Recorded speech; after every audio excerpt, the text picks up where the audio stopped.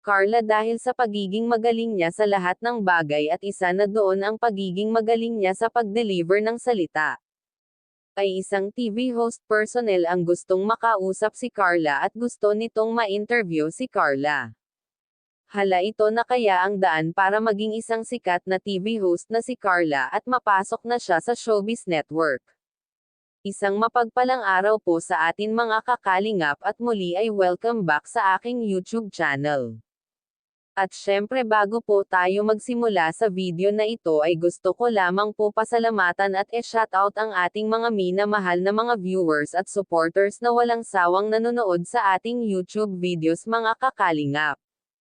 Actually po mga kaibigan si Carla po ay maraming talent at dahil sa sikat na siya kaya marami ang nakakakita sa kanya lalo na pag binablog siya ni Kuya Rab.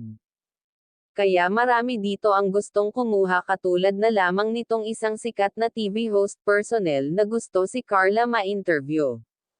Nagustuhan kasi nito si Carla marami ang nagkakagusto dito bukod kasi sa maganda na ito at matalino kaya ngayon ay makikita natin sa video na napakagaling niya maglakad sa taas ng entablado at talented ito parang hindi niya first time ngayon magrampa.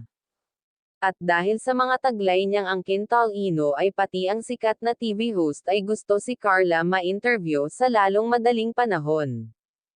Sayang daw kasi magaling si Carla mag-deliver ng salita may potential ito na maging isang sikat na TV host balang araw.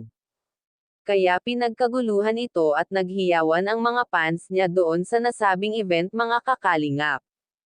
Kaya isa ito sa mga napansin sa kanya ng kanyang mga taga-suporta ang pagiging isang magaling magrampa sa taas ng entablado at matalino nga ito mga kakalingap.